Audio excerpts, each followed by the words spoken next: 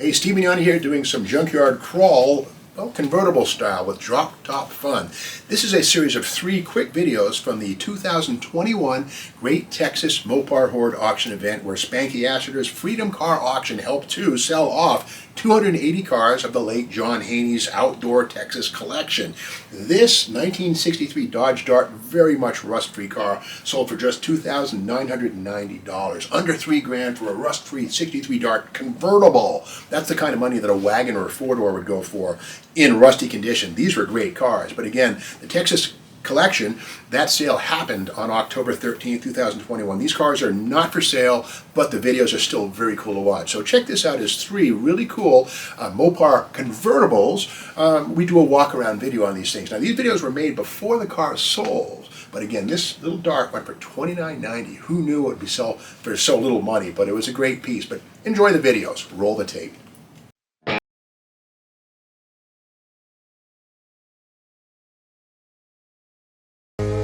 Steve Mignani here for Assiter Auctioneers Great Texas Mopar Hoard Auction Event with item number 61, a 1969 Plymouth Fury 3 convertible. Now, if this was a 4-door or a wagon, we might not care as much. But again, this is the rare convertible body style. Something like 15% on average of any vehicle's output will be drop top. So these are pretty uncommon. This one does have a little bit of rust happening down low. We can see it here. But otherwise, this fender is very, very nice. Under the hood, this one has the base G-code 318 two-barrel, which is apparently in the process of being serviced or rebuilt or whatever. The parts apparently are here. We'll see those in a second. Again, we have no air conditioning. This is a heater-equipped car, but no AC. Power brakes, power steering, but again, the base 318 two-barrel V8. Looking inside, let's see the doors. Doors are pretty nice. Let's peek inside this one. And yep, there's the air cleaner, the valve cover, the rocker arms, and other bits and pieces to the engine. The interior is not too, it's tattered, but the seats are there, and that's the good news. You can recover those and rebuild them. The bones are present. It's a 3-speed automatic on the column. The roof is tattered, shot, gone, wasted, you call it, but the framework is there. That's the most important thing. That's good news.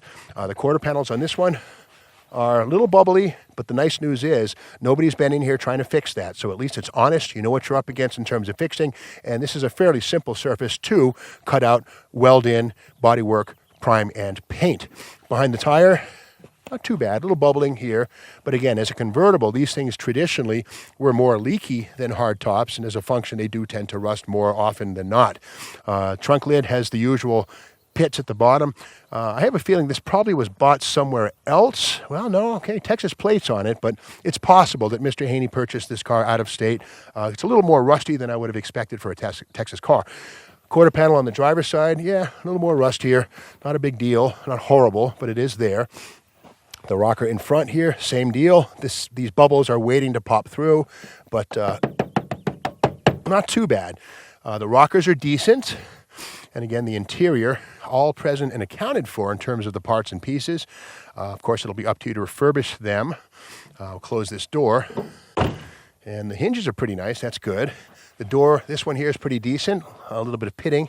But again, front fender, yeah, pretty typical stuff. By 1980 or so, this car would have had this in Massachusetts. And by this point in time, this car wouldn't even exist in Massachusetts. It'd be gone.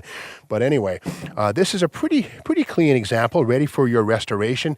And again, if it wasn't a convertible, we wouldn't concern ourselves with it. But this is lot 61, a 1969 Plymouth Fury 3 convertible. Fairly rare car. Bid accordingly.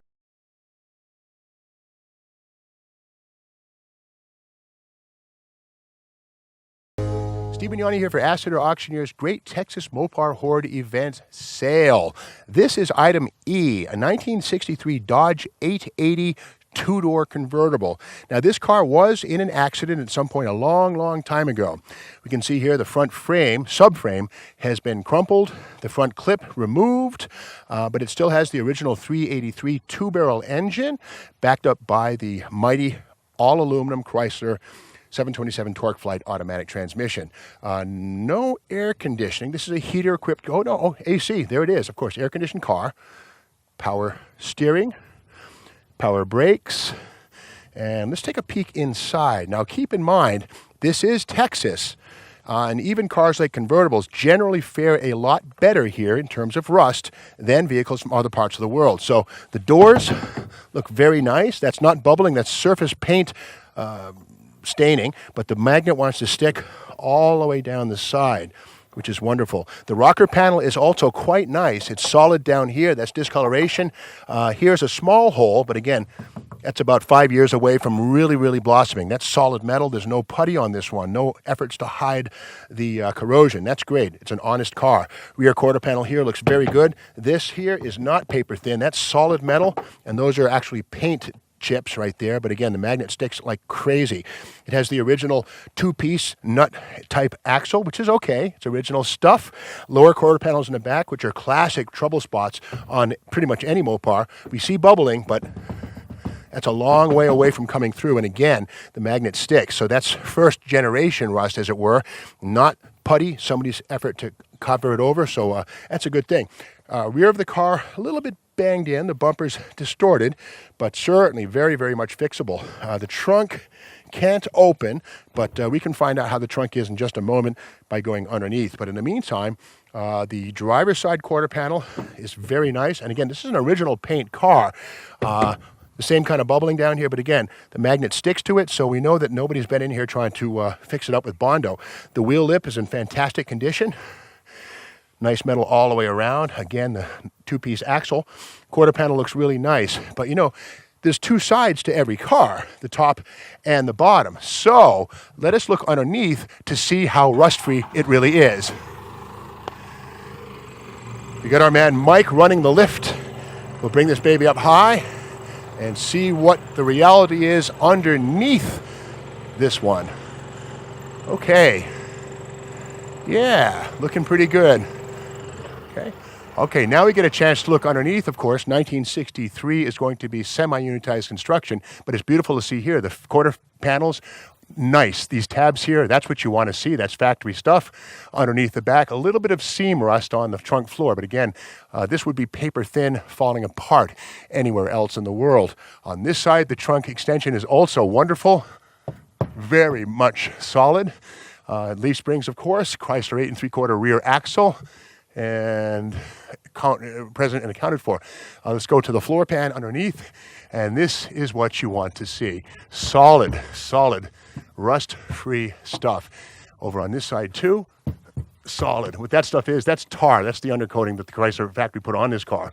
Going to the front, of course, this is a C body, so it's what we call semi-unitized. This whole front subframe bolts on, and that's the good news, because you can unbolt this, find one from another Chrysler, not that hard to do, without the frame damage, and get this car back on the road.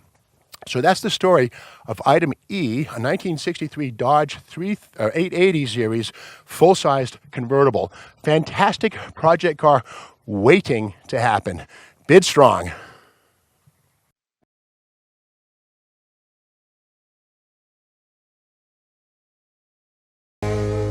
Steve Mignani here for Assiter Auctioneers and the Great Texas Mopar Hoard Sale in the Desert. This is item number 48. It's a 1963 Dodge Dart convertible. Now, first year for the Dodge Dart is an A body right here, replacing the Lancer of 1962. And the first year you could get a convertible in the A body family. Under the hood, expect nothing but the Slant 6. The V8 wasn't available till 1964. But that said, here is a 225 Slant 6 with a one-barrel carburetor, manual drum brakes all the way around, manual steering, and I'm loving the fact that here there is no rust. Here, again, no rust. In New England, these cars all become crunchy and see-through in this area here. This one looks to be very, very nice. Let's break out the magnet and see how the front fenders stack up. Down low, does the magnet stick? Oh, yes, it does. Yeah, very nice. Rust-free front fenders.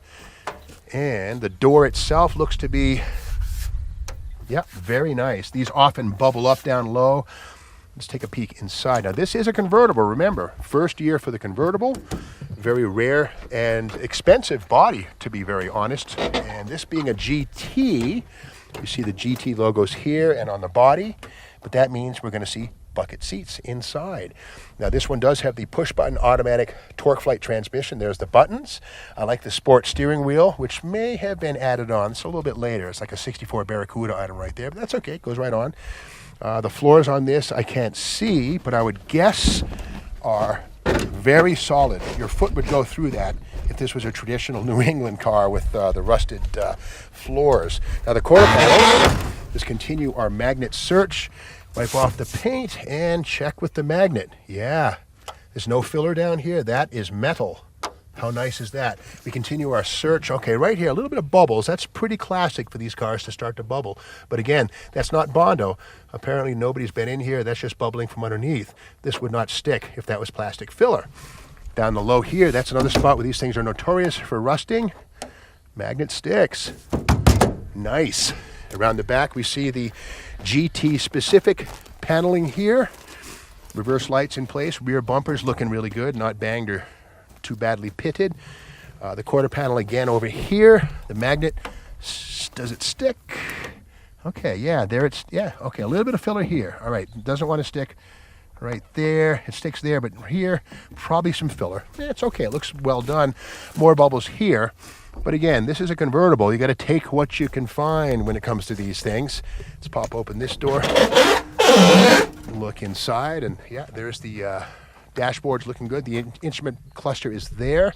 Fantastic. And of course, the power top switch right here in the middle.